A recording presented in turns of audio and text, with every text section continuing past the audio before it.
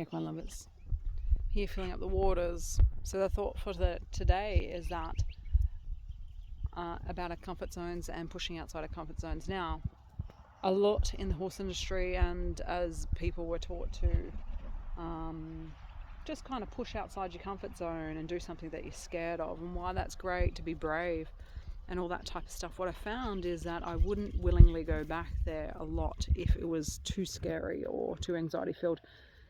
And here's a personal story. So at the Growth Summit, things like crowds bother me profusely at sometimes. And I don't mean crowds like, a few people. I mean shoulder to shoulder in seats with strangers beside you. That kind of bothers me.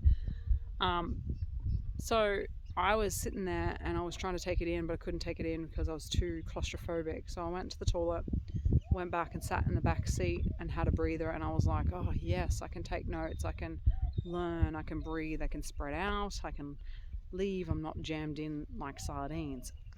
So for me, that was where I got comfortable. And then later on, after lunch, I went back down and sat in my seat, and there was a bit of room beside me, and I was able to sit there without having an anxiety attack or feeling like I was too nervous to learn. And then it was funny because coincidentally, one of the speakers talked about when you push outside your comfort zone, it's very important to stretch outside your comfort zone, but not go into the panic zone.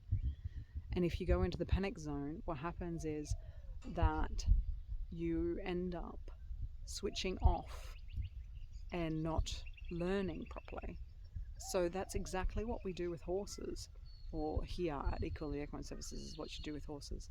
So we actually ask the horses to be brave and try and step, but if they're having a fearful reaction, which is all of the ones that you guys are used to seeing, the fight, flight, freeze, and even the last one, but if you guys are actually seeing that, then the horse isn't learning, nor is he enjoying it, because they don't have the forethought to think, oh, she's just making me brave.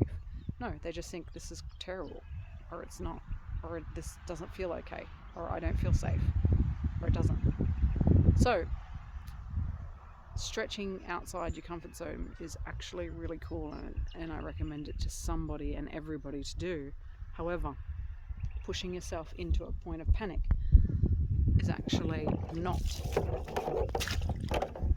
as beneficial as we once thought. See ya.